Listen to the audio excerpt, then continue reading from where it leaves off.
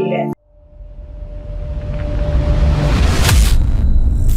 नमस्कार, आप देख रहे हैं एमएनएस न्यूज और मैं आपके साथ सेजल। आई नजर डालते हैं आज की खास खबरों पर। सीजेआई सूर्यकांत ने जजों को दी सलाह, कहा तनाव दूर करने के लिए मनोरंजन जरूरी। सुप्रीम कोर्ट के मुख्य न्यायाधीश न्यायमूर्ति सूर्यकांत ने कहा कि न्यायाधीशों का काम लंबे घंटे और अत्यंत तनावपूर्ण होता है। उन्होंने कहा कि जजों को अपने अवकाश के दौरान स्वयं को तरोताजा बनाए रखने के लिए मनोरंजन गतिविधियों में भाग लेना चाहिए। सीजेआई यह बात अखिल भारतीय न्यायाधीश बैडमिंटन चैंपियनशिप के उद्घाटन समारोह में कह रहे थे। उन्होंने न्यायाधीशों से कहा कि उम्र के अनुसार खेल या मनोरंजन को अपनी आदत में शामिल करना चाहिए। कार्यक्रम में कानूनी मंत्री अर्जुन राम मेघवाल और केंद्रीय मंत्री किरेन रिजिजू भी उपस्थित थे। सीजेआई ने कहा कि हाई कोर्ट में कई न्यायाधीश इस समारोह में भाग लेकर अपने स्वास्थ्य और भलाई को लेकर जागरूकता दिखा रहे हैं। 2 दिन की यह चैंपियनशिप त्यागराज स्पोर्ट्स कॉम्प्लेक्स में आयोजित की गई थी। समापन और पुरस्कार वितरण समारोह की अध्यक्षता पूर्व सीजेआई आर गवई और न्यायमूर्ति विक्रम नाथ करेंगे।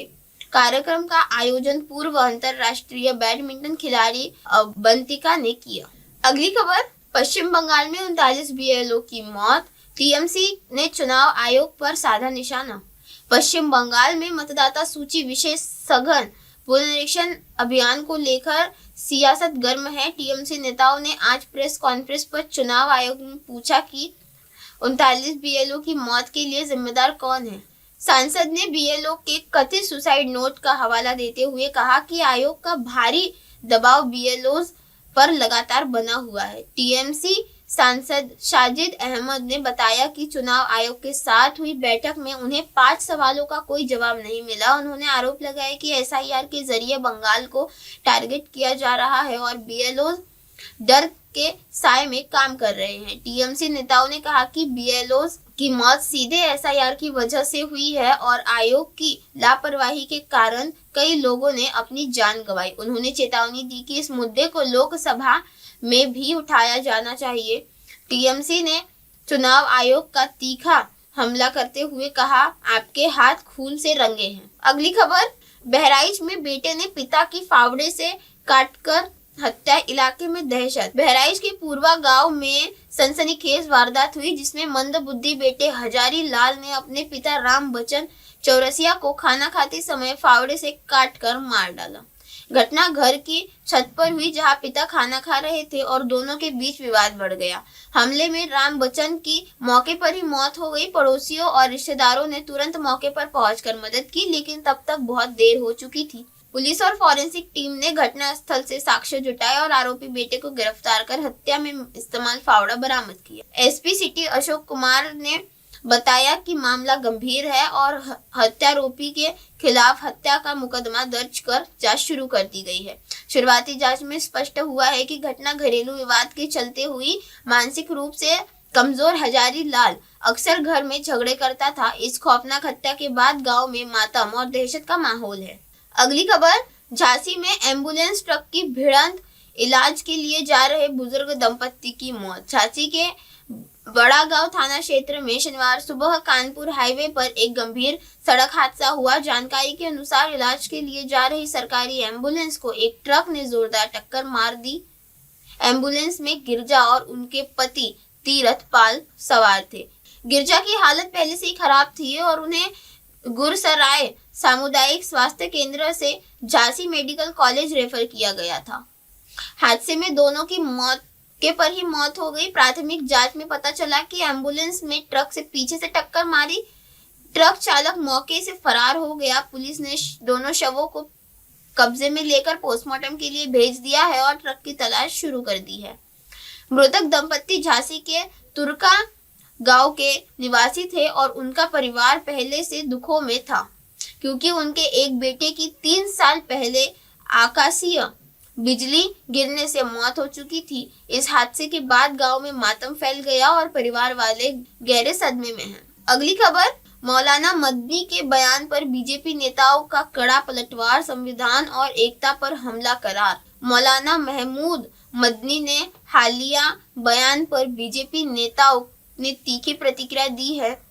विधायक रामेश्वर शर्मा ने इसे संविधान और न्यायपालिका पर सीधा हमला बताते हुए कहा कि मदनी समाज में वैमनस्य और अलगाव फैलाने की कोशिश कर रहे हैं। शर्मा ने आरोप लगाया कि मदनी जैसे लोग लव जिहाद और अलगाव की मानसिकता को बढ़ावा देकर देश की शांति को खतरे में डाल रहे हैं। शर्मा ने चेतावनी दी कि संविधान का उल्लंघन करने और देश विरोधी गतिविधियों में शामिल लोगों को कड़ी कार्रवाई का सामना करना पड़ेगा। उन्होंने कहा कि भारत में ऐसे तत्व उभर रहे हैं जो समुदायों के बीच तनाव पैदा कर समाज को भटकाने की कोशिश कर रहे हैं। मध्य प्रदेश के कैबिनेट मंत्री विश्वास सारंग ने भी मदनी की आलोचना करते हुए कहा कि भारत में रहने के लिए संविधान और वंदे मातरम का सम्मान करना जरूरी है। सारंग ने मदनी के बयान को देश को धर्म के आधार पर बांटने का प्रयास करार दिया और कहा कि देश की एकता और अखंडता को किसी भी कीमत पर खतरे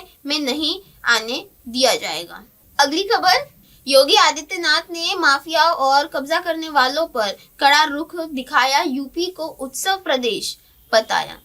उत्तर प्रदेश के सामने पहचान का संकट पैदा करो, वैमनस्यता पैदा करके उत्तर प्रदेश में कर्फ्यू जैसा माहौल पैदा करो, यही पिछली सरकारों की सोच थी। यही तो सपा और कांग्रेस करती थी, यही वे दल करते थे जिन्हें सत्ता में जब आने का अवसर मिला प्राप्त हुआ। जाति पाति में लड़ाते थे, अराजकता फैलाते थे, गुंडागिर्दी पैदा करके व्यापारी की प्रॉपर्टी पर और गरीब की जमीन पर कब्जा करना ये अपना जन्मसिद्ध अधिकार समझते थे। और जब डबल इंजन की सरकार आई तो आपने देखा होगा, जो एक कब्जा करने वाले थे इनकी कमर को हमने सीधी करने का काम कर दिया है और इतनी कुटाई उनकी हुई है कि अब उसके ऊपर फैक्ट्री का निर्माण हम लोग कर रहे हैं।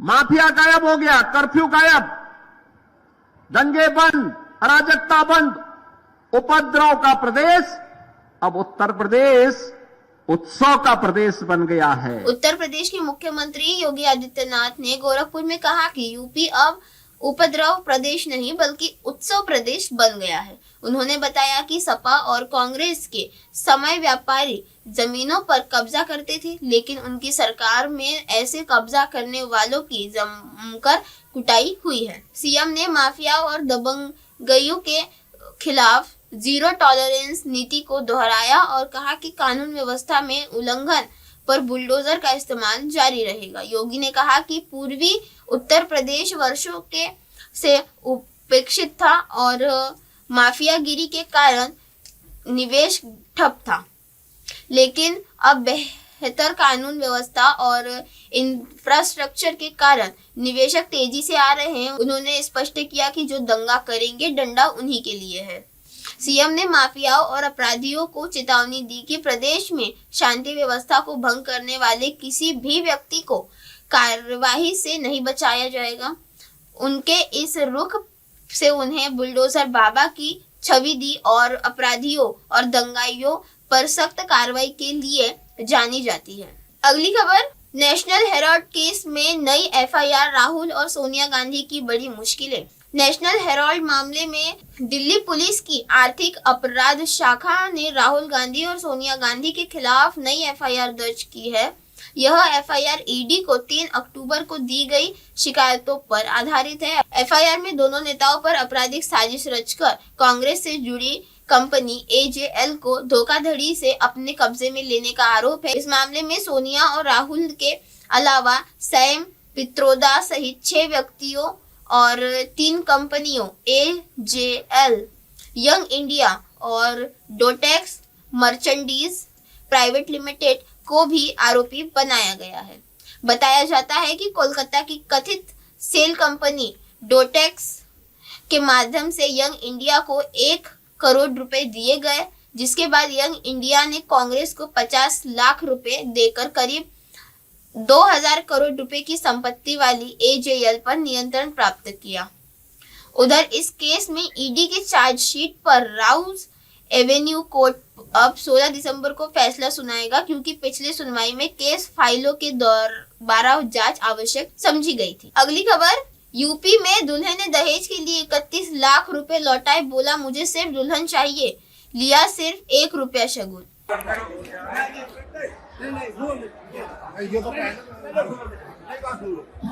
हमने भी सुना था 1 रुपया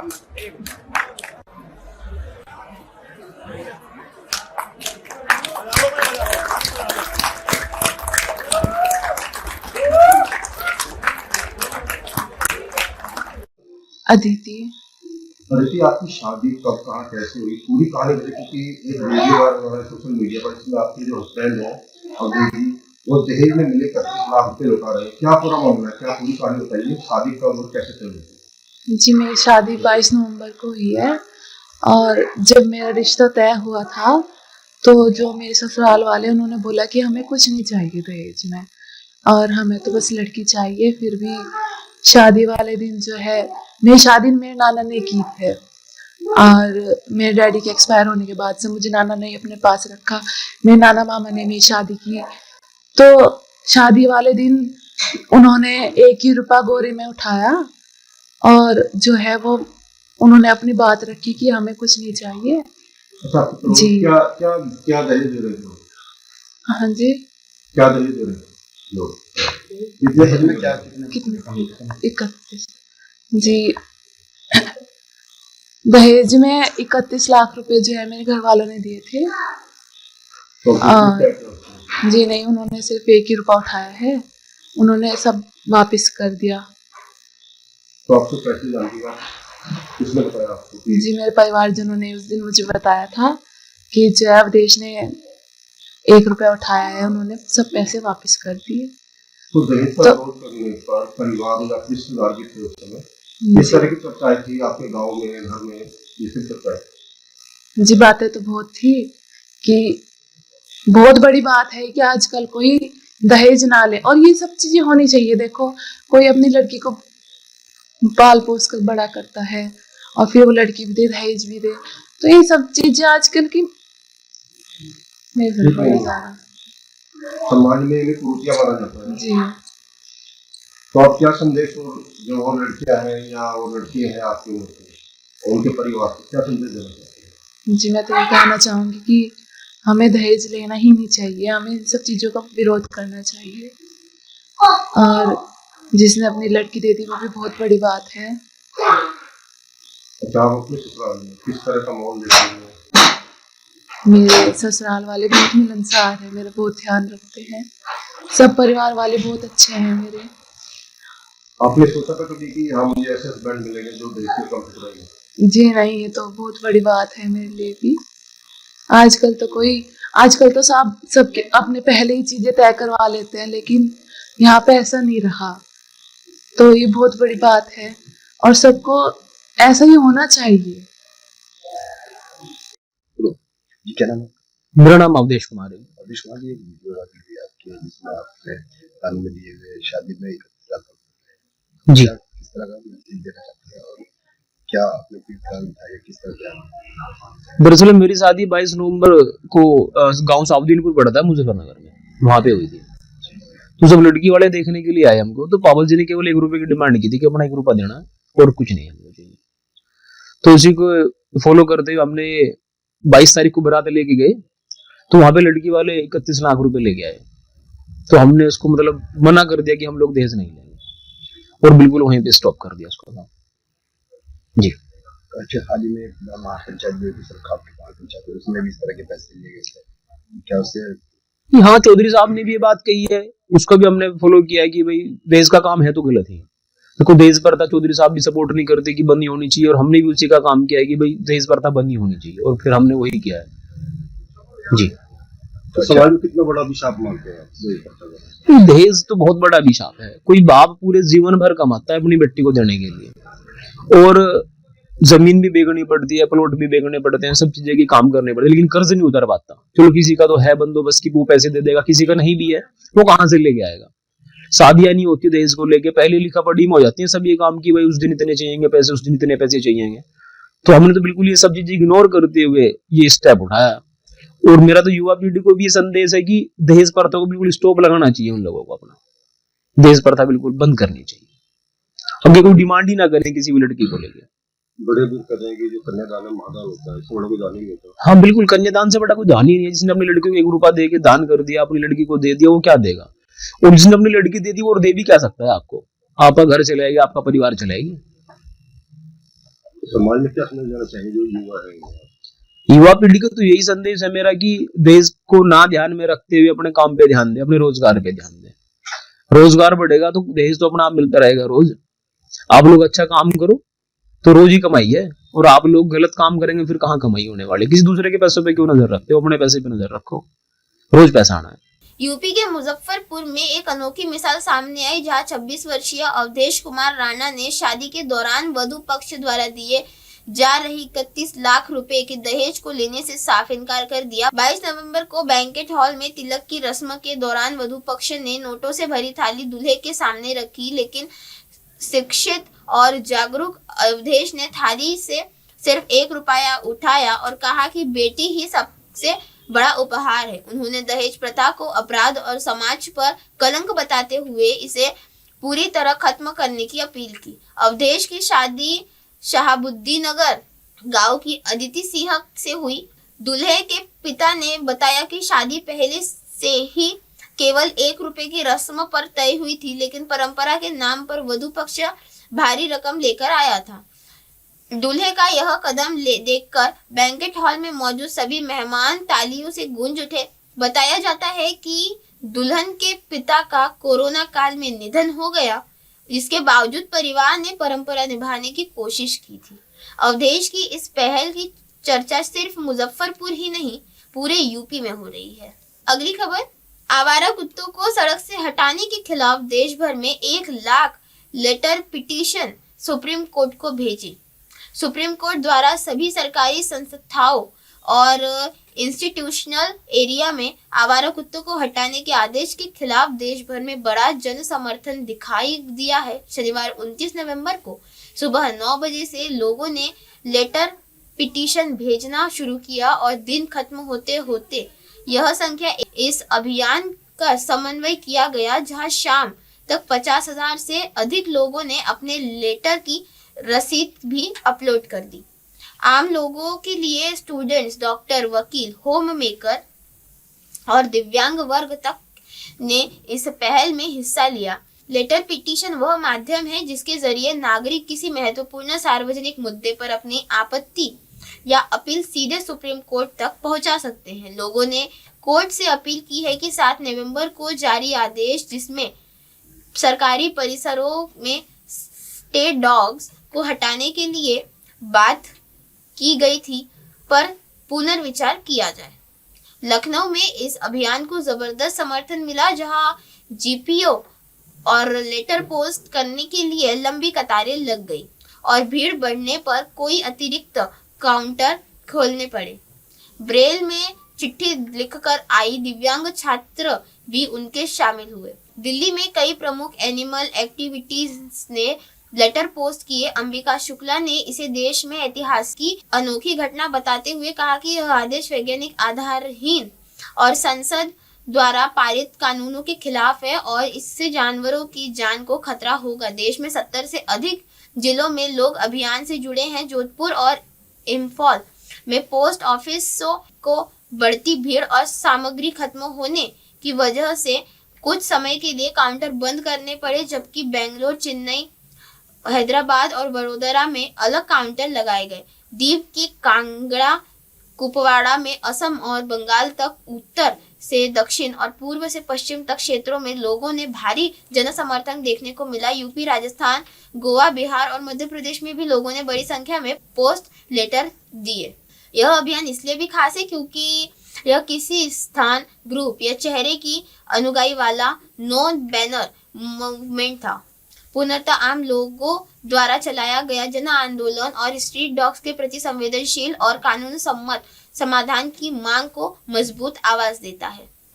अगली खबर, बहराइच में भेड़िए का आतंक, 2 मासूम बने निवाला। 5 वर्ष के बच्चे और 10 महीने की बच्ची की दर्दनाक मौत। उत्तर प्रदेश के बहराइच में जंगली जानवरों का खतरा फिर से बढ़ गया है, जहां 2 अलग अलग गांव में 2 मासूम बच्चों की मौत से पूरे क्षेत्र में दहशत फैल गई है। पहली घटना केसरगंज तहसील के गोढ़िया नंबर 3 गांव की है, जहां घर के बाहर खेल रहे 5 वर्षीय स्टार निषाद को भेड़िया उठा ले गया। ग्रामीणों के पीछा करने पर उसने बच्चे को गन्ने के खेत में छोड़ दिया, लेकिन वह तब तक उसके दोनों हाथ खा चुका था। आज आपकी बच्ची को बता रहे हैं भेड़िया उठा ले गया है, कैसे क्या मामला है? बच्ची कहाँ सोई थी?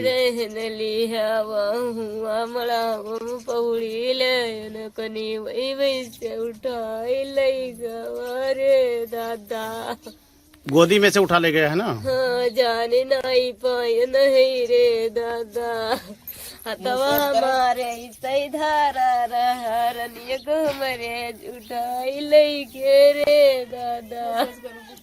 अच्छा, आप लोगों को जानकारी कब हुई? 12 बजे 12:30 बजे उठन है रे दादा। ये उठी तभी देखे 10:30 बजे हम सुबह न है रे दादा। क्या नाम है आपका? बेचेलाल।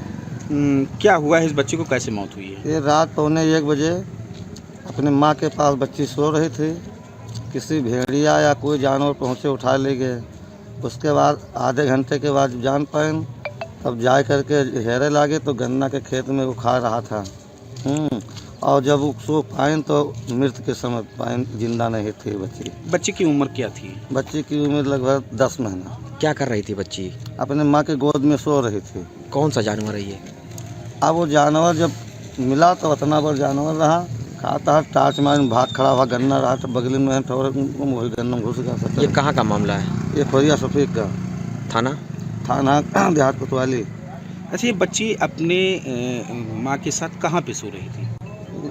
बिस्तरा पे, एक कमरे में, घर में? हाँ, एक बरामदा वैसे है मरहा, उसी में सो रही थी। तो घर के अंदर कैसे पहुँच गया जानवर? अब एक तालाब है, उसके दायरे, तालाब के दायरे आवा, वो अंदर हिल गया। अच्छा, इससे पहले भी आपके गांव में जानवर ने हमला किया है? ना, इससे पहले तो नहीं किया था, आज पहला हमला किया है। क्या नाम है बच्ची का? एक कैसरगंज के मल्लानपुरा गांव में शाम को 5 से 6 के बीच में हमला करने की सूचना मिली है। भेड़िए के द्वारा बच्चे को घायल किया गया है, जो जहां पर जो है उसको जिला अस्पताल से रेफर किया गया है। वहां हम लोग लगातार अभी तब से सर्च कर रहे हैं और संभावित भेड़िए को जो है खोजने के लिए वहाँ टीमें लगी हुई हैं। जल्दी हम उसको खोजेंगे और जो है जो भी आवश्यक कदम होंगे उठाए जाएंगे उसके लिए। गंभीर हालत में बच्चे को लखनऊ ले जाया गया, लेकिन रास्ते में ही उसकी मौत हो गई। परिवार और गांव में घटना को लेकर कोहराम मच गया है। दूसरा मामला देहात कोतवाली क्षेत्र के खोरिया शफीक गांव में का है, जहां 10 महीने की सुनीता अपनी मां की गोद में सो रही थी। तभी एक हिंसक जंगली जानवर घर में घुस गया और उसकी गोद से ही उठाकर भाग गया। ग्रामीणों ने पीछा किया, लेकिन कुछ देर बाद बच्ची का शव घर के 100 मीटर दूर गन्ने के खेत में मिला। आशंका है कि दोनों मामलों में हमला करने वाला भेड़िया एक ही है। घटनाओं की जानकारी मिलते ही वन विभाग की टीमों ने मौके पर पहुंची और इलाके में गश्त व निगरानी बढ़ा दी गई है। अधिकारियों ने लोगों से सतर्क रहने की अपील की है, जबकि गांव में भय और आक्रोश का माहौल है। प्रशासन ने बताया है कि हमलावर जंगली जानवरों को पकड़ने के लिए अभियान तेज किया जा रहा है। इसी के साथ बने रहे देश और दुनिया की तमाम खबरों के साथ और देखते रहे MNS न्यूज। हाय हेलो नमस्कार, मैं हूं पंकज विष्णु और आप देख रहे हैं MNS न्यूज। आप देख रहे हैं MNS न्यूज, सच जरूरी है।